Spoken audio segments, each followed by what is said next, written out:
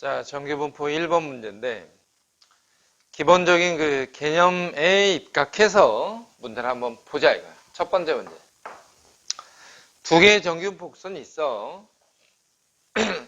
곡선 하나는 이런 모양이고, 얘를 정규분포 n, 평균은 50, 편차를 10으로 하는 이런 모양의 정규분포. 그래서 가운데가 50으로 돼 있고, 여기에 K까지 이런 모양으로 색칠이 되어 있다.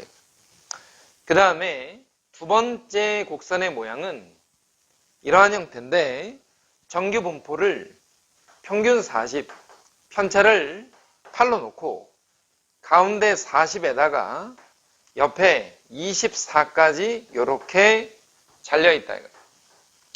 자, 이 두 개를 비교하는 방법은 우리가 앞서서 얘기했던 것처럼 평균과 편차에 의해서 이 곡선의 형태들이 구분이 되는데, 아래에 있는 곡선을 보면은 40을 기준으로 해서 8칸씩 자르기로 돼 있다. 8칸씩. 그러면 8칸씩 자르면 이 자리가 32가 될 거고, 그 옆에가 24니까 두 번째 곡선에서 색칠한 영역이 쉽게 말해서 두 칸이라 두 칸.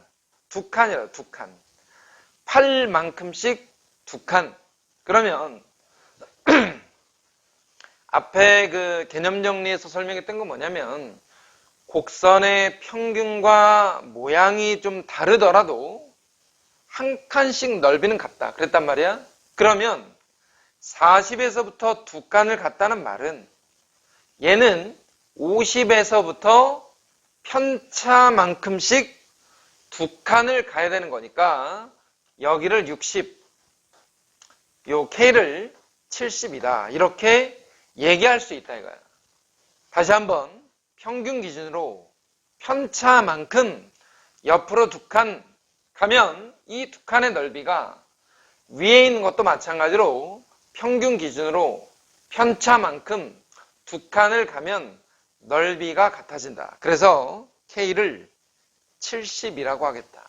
이게 첫 번째 문제야. 문제가 나왔다고 해서 무조건 표준화 시키는 게 아니라 곡선의 상태를 먼저 이해하는 측면으로 그렇게 계산한다. 그 다음에 두 번째 거, 정규분포가 평균 M과 편차 시그마를 가지고 어떤 정규분포 곡선을 이야기하고 있다 이거야. 그러면 기본적인 모양을 먼저 생각을 해. 가운데를 M으로 두고 편차만큼씩, 예를 들어서 여기를 M 더하기 시그마, 그 다음은 M 더하기 2 시그마, 그 다음은 M 더하기 3 시그마, 이렇게 시그마만큼씩 왼쪽과 오른쪽으로 이렇게 잘라간다라고 먼저 생각을 하자고. 그러면 문제가 뭐라고 써 있냐면 M- 시그마부터 M 플러스 시그마까지의 면적을, 확률, 면적을 A라고 한대. 그 말은 무슨 말이냐면 이 두 칸의 넓이가 A라는 말이야. 근데 평균이 가운데 있으니까 요 한 칸의 넓이는 2분의 1A겠지, 그지? 한 칸의 넓이. 두 칸의 넓이가 A라고 되어 있으니 한 칸의 넓이는 2분의 1A다. 그 다음에 두 번째 식은 뭐냐면 M-2 시그마부터 M 플러스 2 시그마까지를 B라고 한대. 그 말은 무슨 말이냐면 여기서부터 여기까지 요 네 칸이지, 네 칸. 여기서부터 여기까지의 요 네 칸의 넓이가 B인데 가운데 두 칸의 넓이가 A였으니까 나머지 두 칸의 넓이는 B-A지. 그러면 요 한 칸의 넓이는 얼마가 되냐? 나머지 두 칸의 넓이가 B-A니까 둘이 넓이가 같아서 2분의 B-A를 요 한 칸의 넓이라고 우리가 정리할 수 있다. 그러면 문제 M-2 시그마부터 M 더하기 시그마까지, 그 말은 뭐냐면 사실상 여기서부터 여기까지의 넓이를 구하라는 거야. 여기서부터 여기까지의 넓이. 근데 얘는 A야.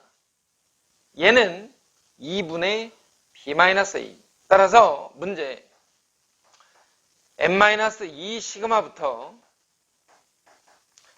n 플러스 시그마까지의 넓이는 A에다가, 그지? 요 두 칸의 넓이가 A에다가 얘가 2분의 B-A. 이렇게 정리할 수가 있기 때문에 통분해서 정리하면 2분의 B 더하기 A다. 이렇게 마무리 가능하다.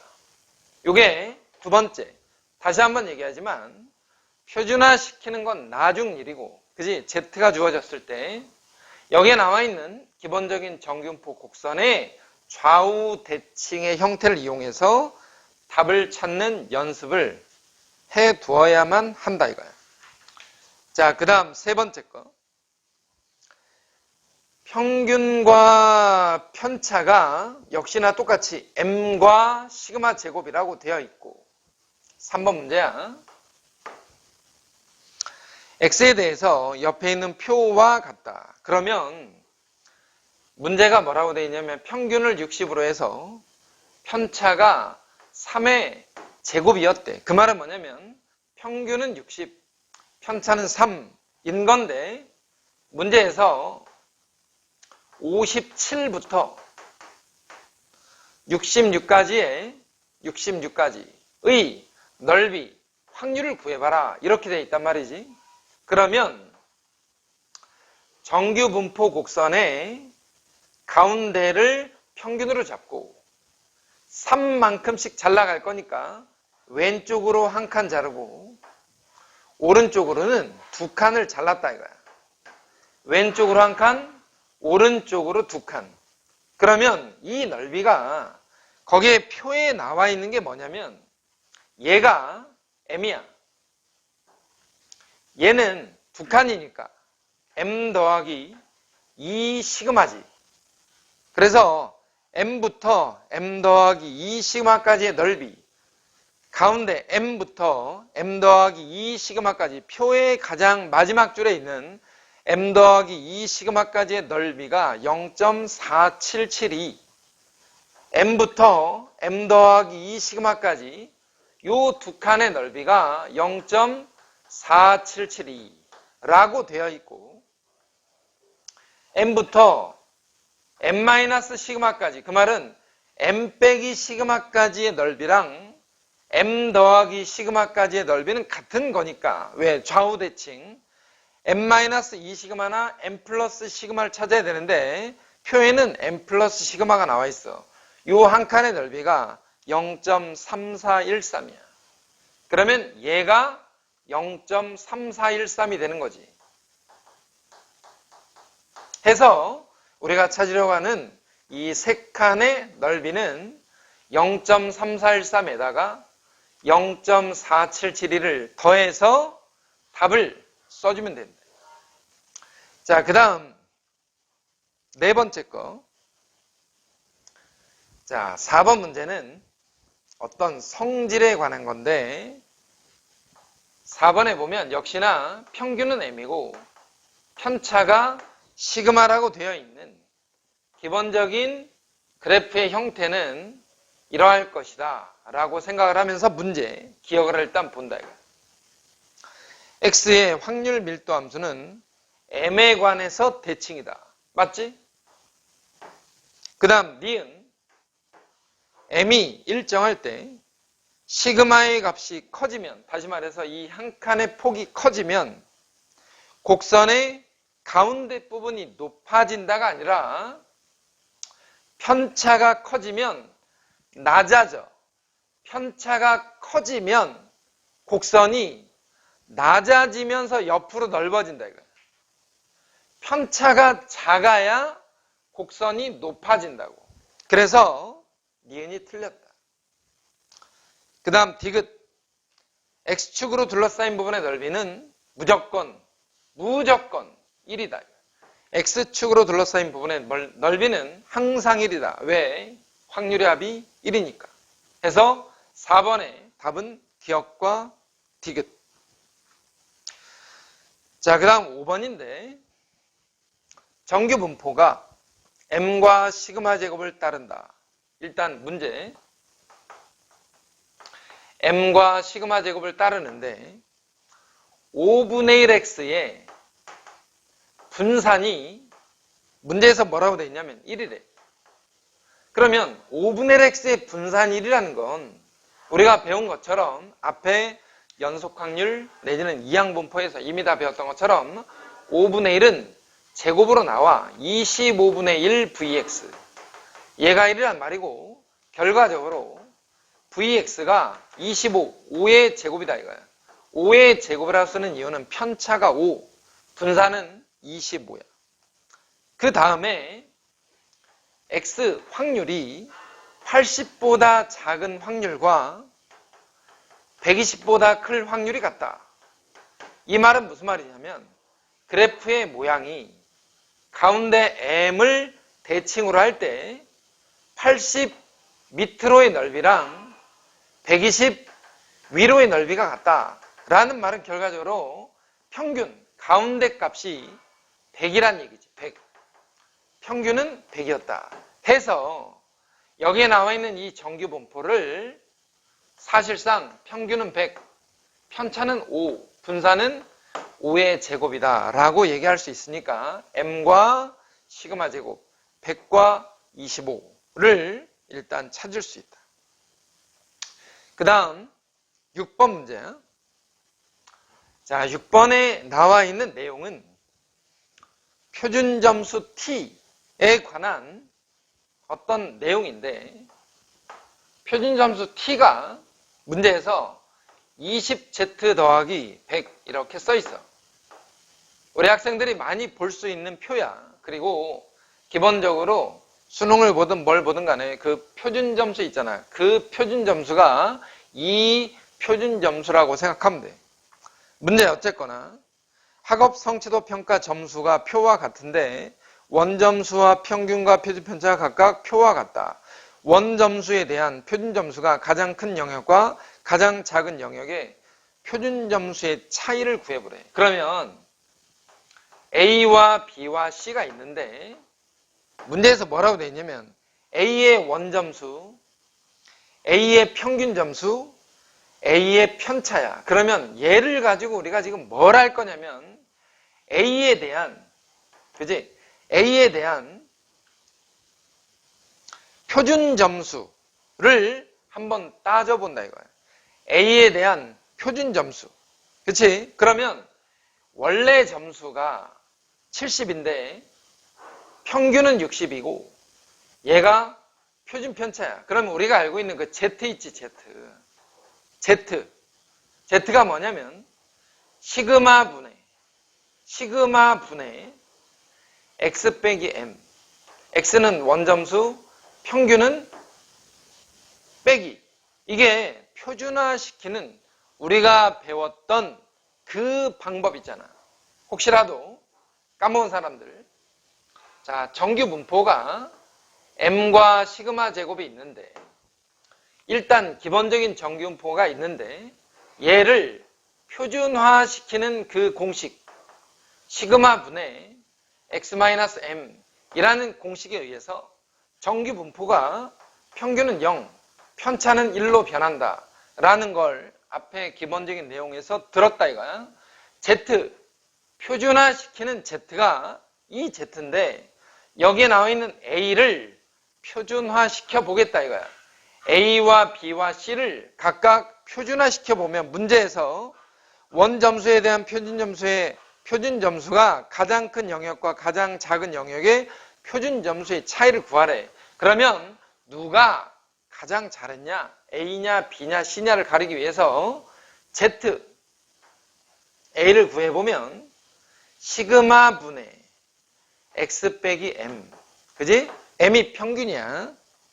얘는 대략 2분의 1 정도가 되고 ZB, B에 대해서 여기 써있기로 65, 55, 10, 또 하나 57, 45, 16 이렇게 되어 있는데 B에 관해서 시그마 분의 X 빼기 M 해주면 1이 될 거고, ZC 시그마 분의 X 빼기 M 했더니 대략 16분의 12니까 1보다 좀 작고, 뭐 얼마 정도야? 8분의 한 6, 한 4분의 3 정도, 그지? 4로 나누면. 그러면 얘네들 중에 가장 큰 게 B잖아? 가장 큰 게 B. 그 말은 B가 가장 높은 Z 값을 가지고 있고, 결과적으로 TB, 내가 B라고 썼어. Z에다가 얼마 집어넣어? 1 집어넣어. 1 집어넣어서 20 더하기 100, 120이라고 쓰고, 가장 작은 거는 A니까 A에 관한 표준 점수를 써보면 2분의 1을 여기다 집어넣어. 10 더하기 100 하니까 110이 돼서 표준 점수의 차이는 10점 정도다 라고 얘기하는 거라.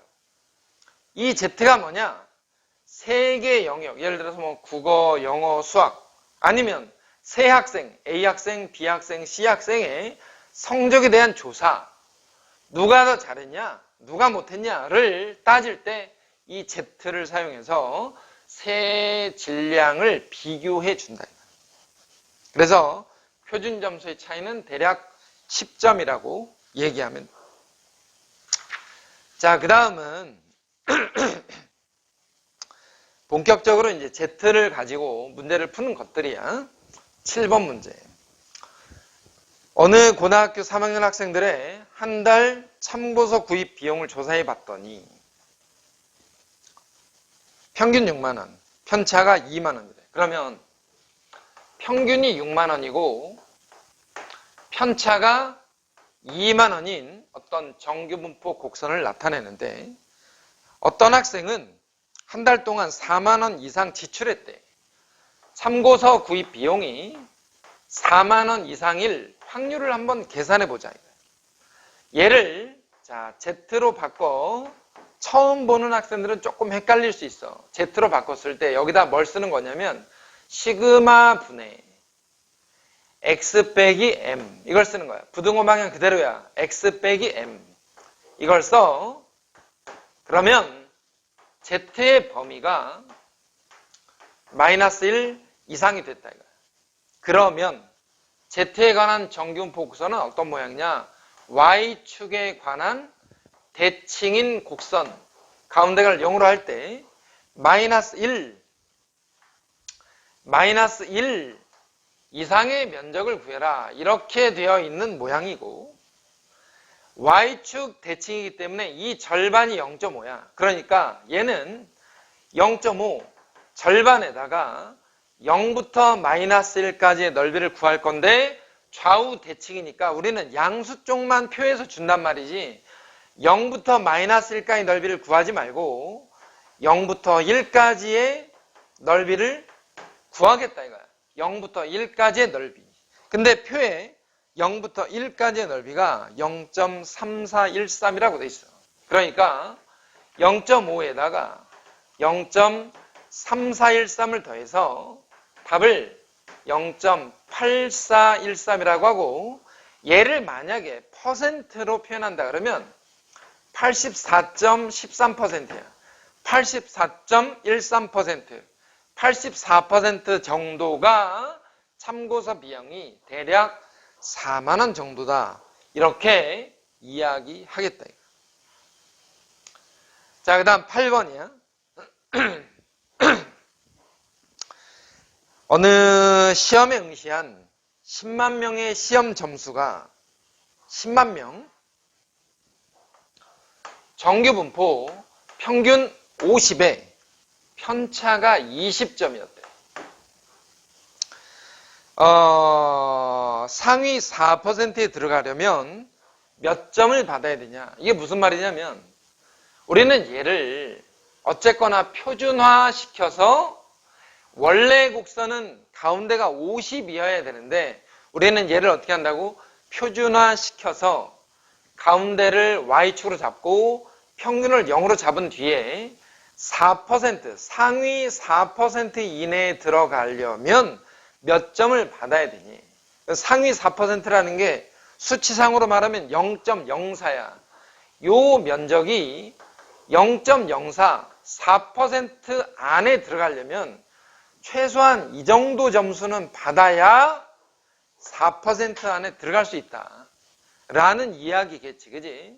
그래서 P, 확률이 X, 점수가 K점 이상일 때 0.04, 4%가 될 수 있다. 라고 생각을 할 건데, 우리는 얘를 다시 한번 말하지만 표준화 시켜서 본다 이거야.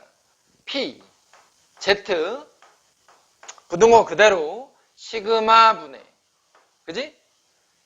X 빼기 M, K-50. 이 결과가 0.04가 돼야 되고, 그러면 여기에 나와 있는 표에서 여기 보이는 20분의 K-50 보다는 커야. 이 자리가 얼마라고? 20분의 K-50 이상은 되어줘야 이 자리 말이야. 이 자리. 0.04가 될 수 있다. 라고 얘기할 건데, 문제에 봤더니 표를 잘 봐, 표를. 여기가 0.04면 이 나머지 영역이, 이 절반이 0.5인데 0.5에서 0.04를 뺀 0.46이 요 앞에 있는 영역의 넓이가 되고, 그러면 표에 0.46이 가리키고 있는 숫자가 1.75라는 걸 알아. 이 자리가 1.75라는 얘기, 1.75. 그래서 얘가 1.75였다 이거야. 다시 한번.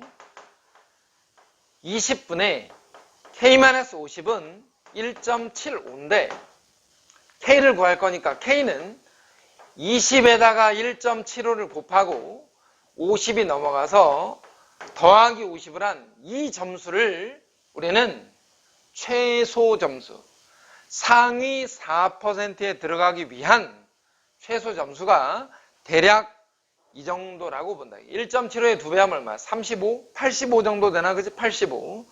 대략 이 정도를 최소 점수라고 이야기할 수 있다. 지금 Z로 바꾸고, 그 다음에 Z의 자리를 표시해주고, 요 절반의 넓이가 0.5니까 요 앞에 있는 0.46의 그 표에 항상 Z값은 0부터 얼마까지야? 0부터 얼마까지. 그러니까 그 표를 볼 줄만 알면 이 단원의 내용이 어렵지는 않더라. 대략 어찌 보면 기계적으로 푼다라고 느낄 수도 있어. 거의 대부분이 다 비슷한 내용들이거든요. 자, 9번이야. 9번 문제. 어느 농장에 7개월 된 돼지 200마리의 무게가 평균 110, 자, 평균은 110이고 편차가 10인 정규 분포를 따라. 근데 200마리 돼지 중에서 무거운 것 위주로 3마리를 뽑아 우량 돼지 선발대회에 보낸다. 그러면 200마리 중에 3마리 안에 들기 위해서, 그지? 상위 3마리잖아? 200마리 중에서 3마리에 들어가려면 퍼센트로 따지면 몇 퍼센트냐? 1.5%야. 그지? 상위 1.5%. 왜냐면 100마리 중에 3마리면 3%인데 200마리 중에 3마리니까 1.5%지. 상위 1.5% 이내에 들어가려면 몇 킬로 정도는 나가야 되냐 이 말이야. 그래서 P, 확률이, X, 무게가 도대체 K 이상이 나가야 1.5, 상위 1.5%, 0.015, 0.015 이게 1.5%를 나타내는 수치라고 생각을 해서 이놈을 일단 Z로 바꿔보자 이거야. 시그마 분의 X 빼기 M의 결과가 0.015. 항상 마지막은 그래프야. 그래프의 모양을 보면서 꼭 정리를 해줘야 돼. 가운데가 Y축인데 0.015라고 했으니까 어딘가의 넓이가 0.015, 이 면적, 확률의 값이 0.015가 돼야 되고 그 앞쪽의 넓이는 이 절반이 0.5니까 0.5에서 빼면 0. 얼마야? 485. 그지? 0.485가 되겠지? 0.485. 이 앞에 있는 값은 0.485인데 표를 보니 0.485가 뭐라고 되어 있냐? 2.17이라고 되어 있다. Z가 2.17. 그러니까 이 자리가 2.17이란 얘기야. 근데 우리가 지금 Z를 바꿔놨잖아. 얘가 이 자리란 얘기고 그 말은 10분의 K-110을 2.17이라고 하고 K를 구해보면 10을 곱하고 21.7 거기다가 110을 더해서 대략 얼마냐면 131.7 정도가 상위 1.5% 이내에 들어갈 수 있는 무게다라고 얘기한다 이거야. 9번 문제. 정규 분포를 표준화시키는 대략 모양은 이렇다. 마무리는 반드시 그래프로 마무리를 꼭 해주길 바란다 이거야. 그래프를 그려서 수치들을 여기다 대입해서 푸는 마지막은 꼭 저렇게 해주길 바랍니다. 그 다음에 10번. 여기 이 정규 분포들이 어려워지는 이유 중에 하나는 뭐냐면 단순히 정규 분포만 내는 게 아니라 어떤 이항 분포라든가 다른 여러 가지들이 이제 혼합이 될 때 그때가 조금 어려워. 자, 10번에 보면 주사위를 400번 던진다. 그러면 딱 느낌이 와야지. 주사위를 400번 던진다. 그 말은 이항 분포를 얘기하는 거야. 그러니까 주사위를 400번 던지면 400번의 횟수에 앞면을 확률은 2분의 1이다. 이렇게 생각을 할 수 있는데 왜 갑자기 정규 분포를 풀다가 이항 분포가 나오냐면 이항 분포의 평균과 분산을 가지고 정규 분포를 만들 수 있기 때문에 이항 분포가 등장하는 거야. 그러면 이항 분포랑 정규 분포는 사실상 다르지 않냐? 왜? 이항 분포는 독립시행 사건의 확률이고 한 번 한 번의 시행으로 이어지는 그런 확률 분포라고 얘기했고 정규 분포는 연속 확률인데 그러면 다르지 않냐라고 느낄 수 있지만 이항 분포에서 시행하는 횟수가 충분히 많아지면 정규 분포로 변화된다라는 걸 하나 미리 알고 가자. 자, 다시 한번 이항 분포의 시행 횟수가 충분히 많다고 느끼면 그것을 정규 분포화 시킬 수 있다. 따라서 이 이항 분포의 평균은 둘이 곱해서 200.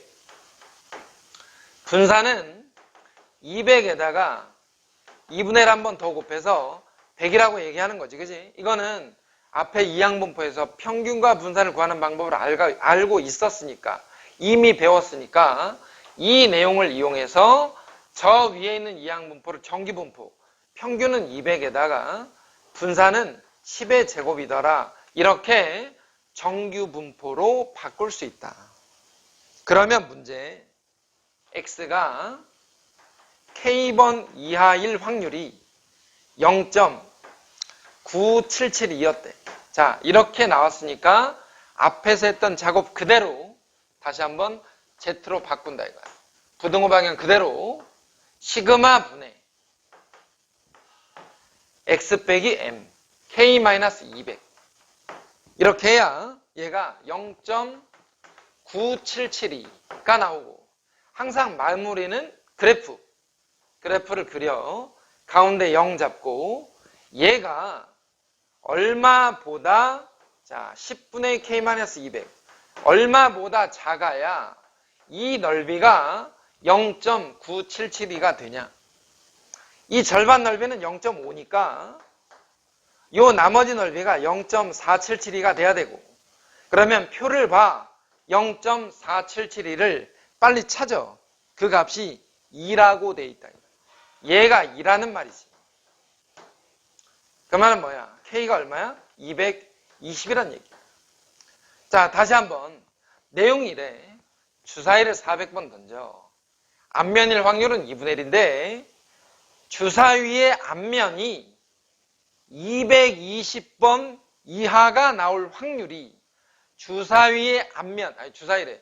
동전의 앞면이 220번 이하로 나올 확률이 0.977이더라 라고 되어 있는데 동전을 던지는 이런 시행을 가지고 충분히 많은 횟수라면 이항분포를 정규분포화 시켜서 얘를 표준화 시킨 뒤에 문제를 풀 수 있다라는 걸 10번의 내용이라고 얘기한다. 그래서 이항분포와 정규분포의 관계 10번 문제의 제목을 하나 달면 이항분포와 정규분포의 관계야, 관계. 자, 11번에 한 번 더 나오는데 11번에서 그 주어진 식을 우리는 이항분포에서 본 적이 있었다 이거야. 시그마 K가 351부터 369까지 400 컨비네이션 K에 10분의 9의 K승에 10분의 1에 400 마이너스 K승. 자, 이렇게 표가 주어져 있는데 얘를 보면 이런 생각을 해야지. 400번의 시행에서 확률이 10분의 9인 어떤 시행을 K번 나올 확률이 이러한 건데 400번의 시행 중 10분의 9의 확률을 갖는 어떤 시행을 하고 있다 이거야. 근데 K번 나올 확률이야. 그것이 351번부터 369번 나올 확률을 구하래. 그 말은 무슨 말이냐? 다시 한번. 이항분포에서 400번의 시행을 가지고 확률 10분의 9인 어떤 시행을 하고 있는데 얘를 가지고 정규분포를 구한다 이거야. 평균 둘이 곱해서 40에다 9 곱하면 360이 되고 분산은 360에다가 10분의 1을 한 번 더 곱할 거니까 36. 6의 제곱이 됐어. 평균과 분산을 구했어. 정규분포를 만들었어. 그래놓고 뭐야? 351부터 369까지 발생할 확률. 351부터 369까지 발생할 확률을 계산하라. 이게 문제라고. 이게 문제야. 그러면 Z로 바꿔서 풀면 돼. Z. 가운데 Z. 시그마 분의 X 빼기 M 마이너스 9. 시그마 분의 X 빼기 M 9 해서 얘를 마이너스 1.5와 1.5 사이라고 얘기하고 마무리는 항상 그래프 가운데 0 잡고 1.5부터 마이너스 1.5까지 둘러싸인 면적. 그러면 0부터 1.5까지나 0부터 마이너스 1.5까지나 똑같으니까 0부터 1.5까지만 구해서 2배 해주면 되지. 1.5까지 얼마라고 써있냐? 0.4332. 그러니까 0.4332가 왼쪽 오른쪽 두 개 있더라. 확률은 0.8664. 이렇게 얘기하는 거야. 이항분포를 정규분포화 시켜서 문제를 푼다. 자, 12번. 어느 과수원에 사과의 무게가 평균 400, 표준 편차가 50이었는데, 자, 조금 까다로워. 12번 문제. 평균이 400, 그 다음에 표준 편차가 50이라고 되어 있다. 근데 무게가 442 이상이면 1등급 사과래. 자, 1등급 사과가 되려면 무게가 442 이상이 나가야 1등급 사과로 인정받을 수 있어. 그러면 1등급 사과가 저 사과 안에라는 게 뭐야? 400개. 사과 400개가 아니라 평균 무게가 400이고 편차가 50인데 1등급 사과는 442 이상이 돼야 되니까 1등급 사과가 몇 %쯤 있냐? 일단 사과 전체에서 그걸 먼저 알아야겠지? 자, X 무게가 442 이상이 되려면 Z로 바꿔 시그마 분의 X 빼기 M 하니까 42가 됐어. 그 말은 Z가 0.84 이상이 되어야 1등급 사과라고 인정받을 수 있다. 자, 0.84 이상. 표를 봐. 그림을 봐. 0. 여기가 0.84 이상이 되려면 표를 보면 0.84에 0.30이라고 써 있는데 여기가 0.30이야. 그럼 여기는 0.20이지. 그 말은 1등급 사과가 20%라는 거야. 0.20. 20%. 20%는 1등급 사과이더라 해서 문제. 이 과수원에서 수확한 사과 100개를 임의로 뽑아. 갑자기 뽑았지. 100개를 뽑았잖아. 그러면 11번이나 10번처럼 어떤 시행을 독립적으로 계속한다는 말이 이항분포란 얘기야. 100개를 뽑았잖아. 그 말은 이항분포에 100번의 시행 중 1등급 상품을 찾는 거니까 1등급 사과가 나올 확률이 0.2였다 이거야. 10분의 2. 그러면 얘를 가지고 뭐 할 거야? 다시 한번 평균 100에다가 10분의 2 곱하면 20. 분산 20에다가 얼마 다시 곱해? 0.8을 또 곱해야지. 그럼 16 해서 정규분포를 다시 한번 만든다. 그러면 정규분포는 왜 만들어? 여기에 나와 있는 정규분포는 사과 전체에 대한 정규분포야. 지금 만드는 정규분포는 뭐냐?